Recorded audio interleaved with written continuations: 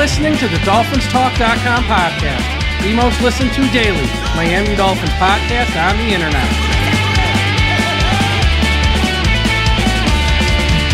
Miami's got the Dolphins, the greatest of all. Come on, Dolphins fans. Time to fins up. We're in the air, we're on the ground, we're always in control.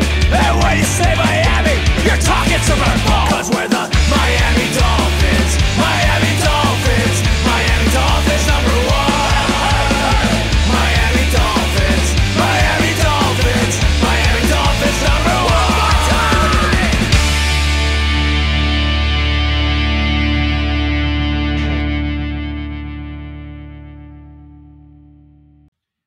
Good afternoon, Miami Dolphins fans. How are you today? And thank you for listening to the DolphinsTalk.com podcast on this Tuesday, July the 30th. I'm your host, Michael Leva. On today's show, we'll go over everything that took place on the practice field at training camp for the Dolphins, their second day in pad, so that's always exciting, and share some thoughts, and we'll also go over everything Mike McDaniel said at his press conference.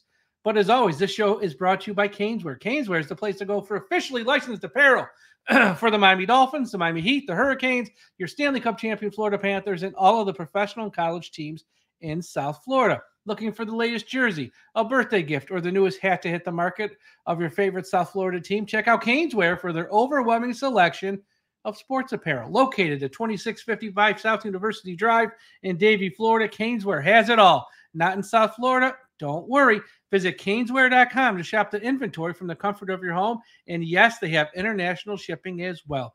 Caneswear.com is the spot that Miami fans shop. That's Caneswear.com, Caneswear.com.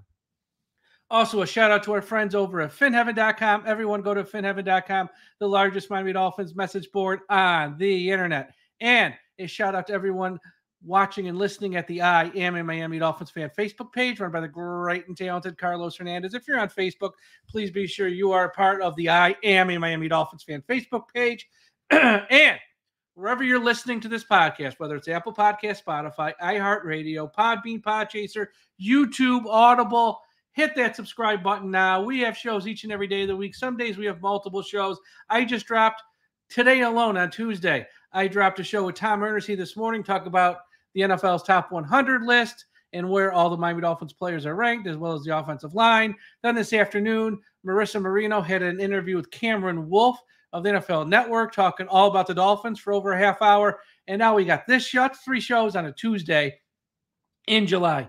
And once we get down the road in training camp and into the season, we're going to have you covered like no other outlet when it comes to podcast and audio. So subscribe on whichever outlet you're listening on. So when the show drops, it goes straight to your smart device and you are notified. All right, let's start off with Mike McDaniel's press conference today, which he holds before practice.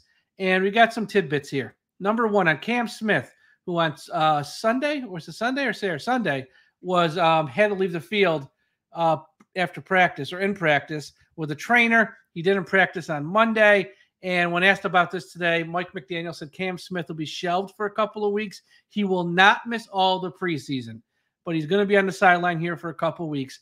Mike McDaniel said he will be back for some of training camp and some of the preseason, but there is no date for a return yet.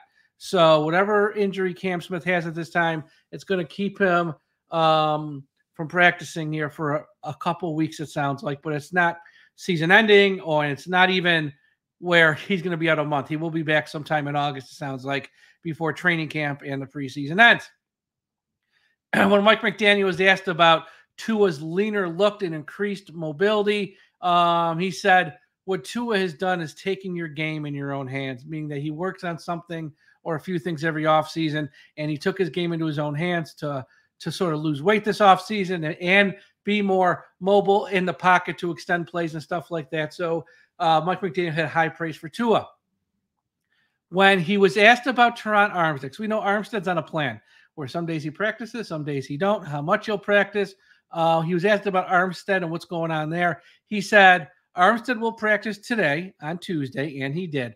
But his level of involvement will depend on how his body feels, and the team trusts him to know what is best for himself at this point, meaning Armstead's been around the block a time or two, And the team's not going to push him if Armstead's saying, I don't feel right today. So they're going to trust Armstead, and he'll practice some days, and some days he won't.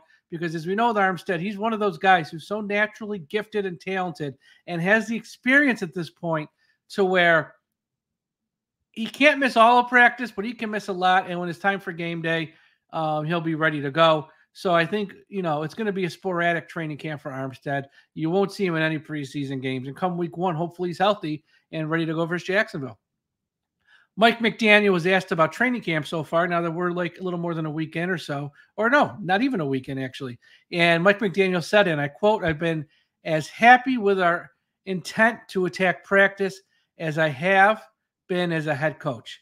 So Mike McDaniel is very pleased so far with the effort that the players are putting in when they're on the field. When he was asked about Isaiah Wynn and a possible time frame for his return, he said there's no timeline for Isaiah Wynn and his return at this point. Mike McDaniel was asked about the offensive guard competition. And he said, I'm way far away from assessing a leader in the clubhouse, but the competition is real. And on a side note, I want to point out that Greg Van Roten, who is a free agent guard, who a lot of people in the media and a lot of fans thought would be a fit in Miami if the Dolphins were going to add a guard, Greg Van Roten would be the guy. He signed with the Giants today. And I think a lot of fans of the Dolphins thought he would be a guy or a fit for Miami because of scheme fit, system.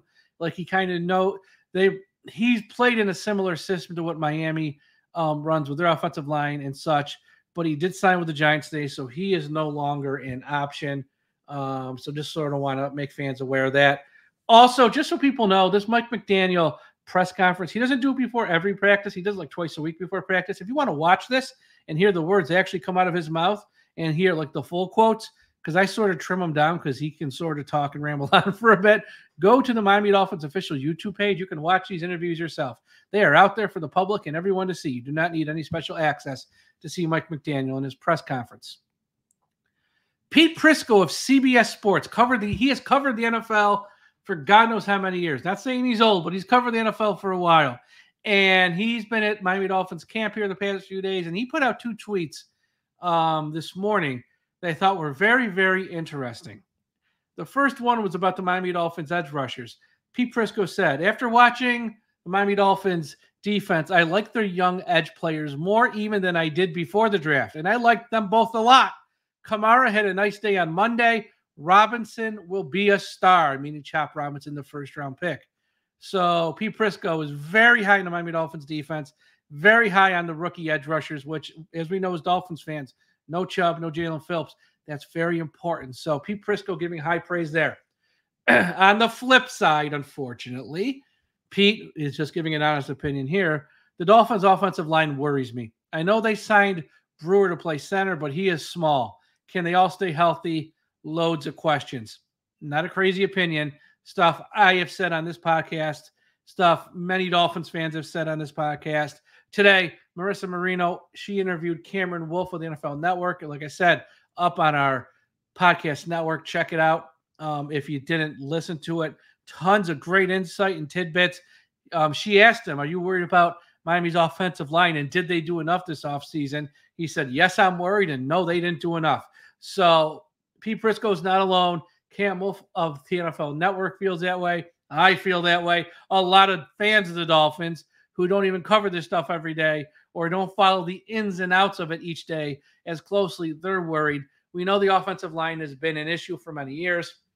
And I think when you have, educated eyes like a Pete Prisco on site, and he says one thing, and Cameron Wolfe, who's on site, who has educated eyes, not just some random guy watching, someone who knows what he's looking for, and everyone's saying the same thing with the offensive line, it's a red flag right now. Again, it's only July, so the sky's not falling. I'm not saying that the offense is going to stink because the offensive line. I'm not saying they won't have a successful season. I'm just saying as a fan of the Dolphins, keep this in the back of your head because right now it's late July. In a couple of weeks, it's mid-August, and if they still having issues in mid-August, guess what? They'll probably still be having issues in late August. The next thing you know, it's week 1, and oh my God, now we got to block real players in a real game. So this is an issue the Dolphins need to fix. They either have to have the players in-house play better. They might have to go add someone. There's not much out there to sign. There's not. I mean, here's how bad it is on the free agent market. Jesse Davis signed with the team like 2 days ago. Like, who wants Jesse Davis? Everyone knows he can't play. You don't need to be Vince Lombardi. You know that Jesse Davis, he got signed. So the fact that teams are scraping the bottom of the barrel to sign someone like him, and nothing against him personally, just as a player, means it's slim pickings out there. And with Van Roten signing today with the Giants, it's really slim pickings out there. So I don't know if there's anyone out there to sign. There might be someone out there if you want to trade a 5th, 6th, 7th round pick. If there's a team that has a few extra offensive linemen, again, no team is going to trade you a starter, but you can get, if they have a few extra offensive guards or centers who they don't really need, then they're going to have to cut anyways. You might be able to make a move for one now, kind of like what we did last year with the Bears with Dan Feeney. Or you wait till the end of August and see who the other teams cut. And maybe some team cuts someone who you think is better than one of the guys you have on your bench, and you bring them in. But that's where they are with the offensive line. Everyone's kind of saying the same thing. Everyone's kind of seeing the same thing. So that's that. All right, let's get into some of these practice notes. Again, I'm not there. Never claimed to be. I'm going off the notes from the people who are there, and I always give credit. The first set of notes here is from David Furones of the South Florida Sun-Sentinel. If you want to read the full article and everything he's saying, go to the Sun-Sentinel website. If it's behind a paywall, I think it's only $1 or $2 a month to pay it. It's good stuff here from David Furones. But here's a little tidbit of his report here from Miami Dolphins training camp. The intensity ramped up again on Tuesday. Went into a 3rd and 1 situational drill and had an instance where Emmanuel Ogbah tackled running back Devon Achane to the ground. Then went up a notch a few plays later when Kader Kohou got into a skirmish with running back Jaylen Wright. But Patrick Paul, 6'7", 332 pounds, DeAndre the Giant, this Miami Dolphins team, jumped in and defended his young running back, and he picked up Kader Kohou, all 5'10" of them, and lifted him in the air and sort of didn't throw him to the ground, but sort of separated the two, let's just say. And so he had your first training camp fight, essentially, and Patrick Paul, the big guy, stepped in and broke it up. Per David Furones, the defense won Tuesday's practice, and that the offense for many of the early team periods struggled with fumbled snaps, drops, and didn't have a lot of room to run whatever play they wanted to run. Jordan Poyer, he intercepted Tua on a pass downfield over the middle, stepping in front of Braxton Berrios. Aaron Brewer had another fumbled snap exchange with Tua. It was an issue with all the centers on Tuesday. Ireland Brown airmailed the shotgun snap to Mike White, and Andrew Meyer also sent one over the head of Skylar Thompson. We don't have a center who can snap the ball, and we're heading into August. It's mind-boggling how this team is built at times and has been in recent years. In a 3rd and 1 deal, he said Ogbah stopped Achane, and Ogbah had at least one sack on Tuesday. There's no hitting with the quarterback, so it would have been a sack if it was like a real game. On one play that was allowed to continue after Chop Robinson, who had another exceptional day, got Tua. Okay, so Chop would have sacked Tua, but they let the play go on because it's practice. And the quarterback dropped the ball perfectly deep to Achane, but Kader Kohou was there to force it out with Javon Holland also near the ball. Quentin Bell also got to Skylar Thompson before he released it on a deep pass to Tyreek Hill. Again, would have been a sack, but they let the play go. Can't touch the quarterbacks. So Skylar connected with Hill deep, but wouldn't have been that way in the game. Cam Brown and Jonathan Harris combined for a sack on Skylar Thompson on 3rd and 1.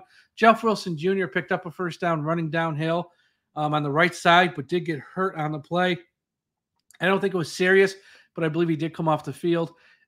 In a red zone drill, Devon Achane scored a touchdown with the middle from 7 yards out. He also got near the goal line on another pitch, running right tackle behind Austin Jackson. Tua hit Smythe in the flat, and there was a good battle at the 1 yard line between him and Jordan Poyer. Elijah Campbell was a special team standout yesterday, so he wore the orange jersey today. Congratulations to Elijah Campbell. Undrafted rookie edge rusher Grayson Murphy has been flying around in camp, but he did drop an interception today that Mike White threw. While White was trying to throw the ball over his head, Grayson Murphy should have intercepted it.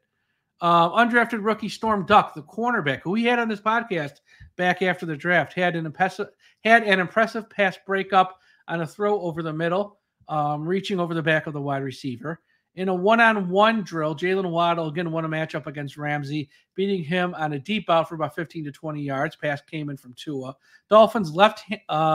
Tua also found Braxton Berrios deep over the top against rookie cornerback Jason Mateer. Tua later overthrew Braxton Berrios though on a play. White had a nice one-on-one throw to Tyreek McGowan that went over his shoulder. Jason Mateer, the cornerback, disrupted a screen to the outside by jumping in front of Mike White. The interior offensive linemen held up one in one-on-ones, especially reps seen from Robert Jones, Aaron Brewer, and Liam Eichenberg. Rookie edge rushers Mohamed Kamara and Chop Robinson both won matchups on the outside, though. So the two rookies got around the tackles. The inside of the offensive line won some one-on-one reps on this day. Stock up, stock down from David Ferrona. Stock up.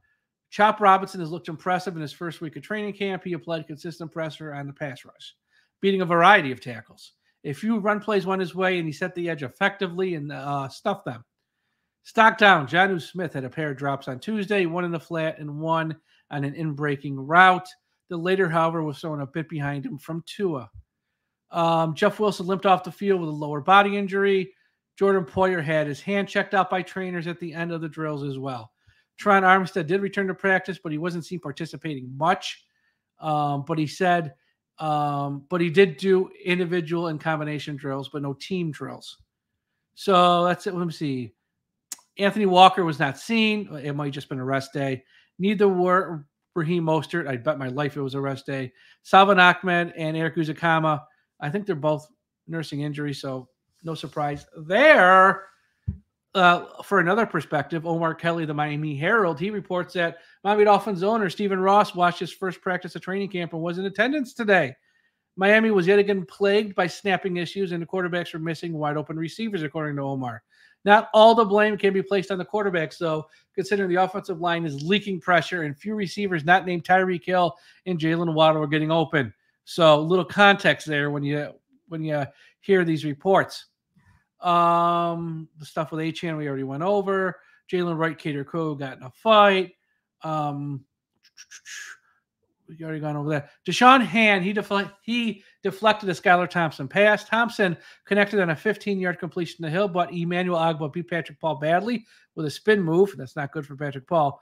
And he would have hit the quarterback if it was a real game. Cater Crow, who he broke up a pass to Waddle that would have been considered a drop, but he did break it up. Chop Robinson had a would-be sack on Keon Smith. He beat Keon Smith to get to Tua, but they didn't stop the play, and Tua threaded a needle to Achane on the sideline. But Cater Crow, who knocked it out, so it might not even been a catch. Tua had a nice pass to Anthony Schwartz that would have gained 20 yards, and Tua put the ball pretty much pinpoint on target in a tight window. Are we shocked? Tua's accuracy is as good as ever, and he's come out of this camp on fire with his accuracy. Since Friday on, he has been just money. The Dolphins' first period of 11 on 11, they missed 2 deep passes to Hill and had 3 bad snaps. Yikes!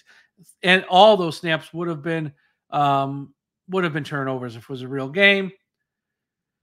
Later on, Matthew Jones. Okay, we already went over those bad snaps. Tua threw an interception. Jordan Poyer. We went over that. Jonnu Smith had some drop passes.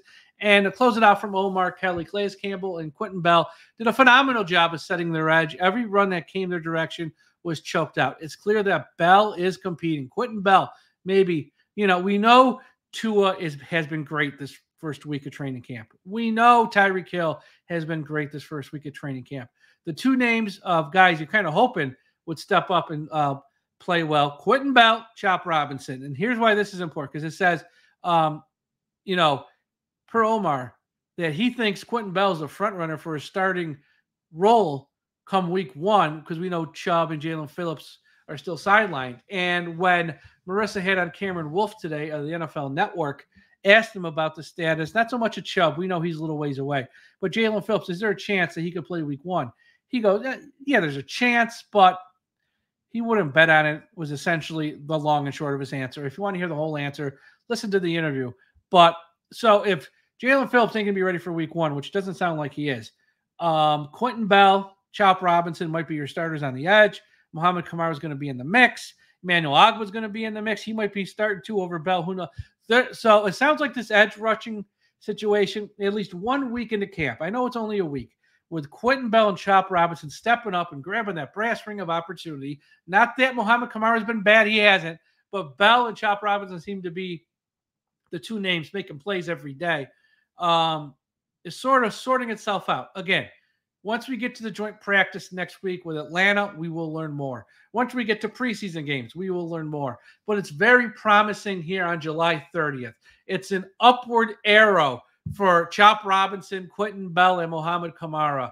And I think some of the questions we had at edge rusher, you can sort of put to rest a little bit. One of the other parts of the interview with Cameron Wolfe is, do you think the Dolphins are done after adding Agba? And he said, actually, no. He thinks they might add another edge rusher. And probably won't be Yannick Ngakoue. That might be a little too pricey. They had two guys at that level, but someone at the vet minimum, I still say Melvin Ingram or someone like that who's out there. So they still might add a veteran just because, with the rookies, until you experience the real games, who knows how they're going to sort of react in the real games, and having one more veteran on the roster probably wouldn't be a bad thing. But as we've gone through camp here through a week, I think we can start to see edge rusher situation, maybe not, I don't want to say bad, less stressful than I think some fans were kind of worried about heading into this camp, especially after Shaq Barrett retired. And I think most Dolphins fans are just more worried about the offensive line, specifically guard, center guard, right guard, left guard, center, and how that's going to shake out and sort of play out. I think that's where the Dolphins fans, people listening to this show, people who listen to other shows like this, are concerned right now. And it's a veiled concern. It was a veiled concern heading into camp. It was a veiled concern in March and April when we did literally nothing in the offseason. And I know you can sign guys in May, June, July. March and April is when you address your problems, or when you really take care of things. That's when you got the most free agents on the market. It's when you got the quote-unquote good free agents on the market. That's when you got the most money at your disposal to spend. They signed Jack Driscoll. That's it. And it brought back Isaiah Wynn, who's already on PUP. I mean, they could have done more. I understand not paying $100 million, but there's a big gap between $100 million and nothing. And they could have gave someone $5 or $7 or $10 million and got a proven, capable offensive guard that you can say, I'm going to pencil that guy in and he's going to start, and I don't have to worry because he's got a resume and a track record and he's got good film and I know he can play. And they didn't add that guy. And that guy's not out there now to sign. If you want to trade for that guy, whoever that guy is, good luck. Going to cost you way too much. And I know Grier ain't part with that pick. So we'll see what happens on the offensive line. Hopefully someone steps up. Because, if I had to guess today, and this is just a guess, I'm not there watching this, I admit that, I'd say Robert Jones at right guard, Liam Eichenberg at left to start the season. That's just a guess. I think when they can say it's an open competition, this, that, and the other.